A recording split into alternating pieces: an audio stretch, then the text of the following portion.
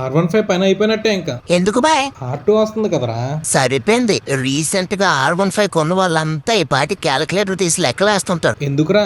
అబ్బా ఇంకొంచెం వెయిట్ చేసి ఉంటే బాగుండదా అని. R15 బతుక అయిపోయింది ఇంకంతే. ఒరే వేలుముద్ర, R2 వచ్చిందంటే R15 వేస్ట్ అయిపోదు. డైలీ యూజ్ కావాలనుకున్న R15 కొనుక్కుంటారు. పర్ఫార్మెన్స్ కావాలి బట్ R3 లెవెల్ వద్దు అనుకునే వాళ్ళు మాత్రం R2 కొనుక్కుంటారు. మరి రీసెంట్ గా కొన్న వాళ్ళ పరిస్థితి ఏంటి? అక్కడే ఒక గేమ్ ఉంది. R2 ప్రైస్ ఇంకా స్పెక్స్ ఇంకా అఫీషియల్ చేయలేదు, బట్ బుకింగ్స్ ఓపెన్ చేశారు. చాలా మంది బుకింగ్ చేసుకున్న వాళ్ళు ఉన్నారు. వాళ్ళు ఒక గ్రూప్ అయితే, రీసెంట్ గా R15 కొన్న వాళ్ళు ఇంకో గ్రూప్. R2 ప్రైజ్ కి స్పెక్స్ వర్త్ అయితే R15 కొనుక్కున్న వాళ్ళు ఫీల్ అవుతారు. అదే వర్త్ కాకపోతే R2 బుక్ చేసుకున్న వాళ్ళు ఫీల్ అవుతారు. అయితే ప్రెసెంట్ యమహా ఫ్యాన్స్ ఇరుపప్పలు అంటావు. నేను అనట్లేదు, కంపెనీ వాళ్ళని ఇరుపప్పలు చేయకపోతే చాలా అంటున్నా. నువ్వైతే ఏం చేస్తావు? First of all bike price, specs, weight, performance ఇవేవి తెలియకుండా అసలు బుకే చేయను. కోర్ ఫ్యాన్స్ ఉంటారు మరి, వాళ్ళైతే చేస్తారుగా. అలా కోరు అంటే లాస్ట్ కొబ్బరి కూర తురుముకోవాలి తప్ప దేనికి పనికిరాదు. కంపెనీ ఎప్పుడు లాయల్ గా ఉండదు. మీరేమంటారు? డీటెయిల్స్ తెలియకుండా మీరైతే బైక్ కొంటారా? కామెంట్స్ లో చెప్పండి.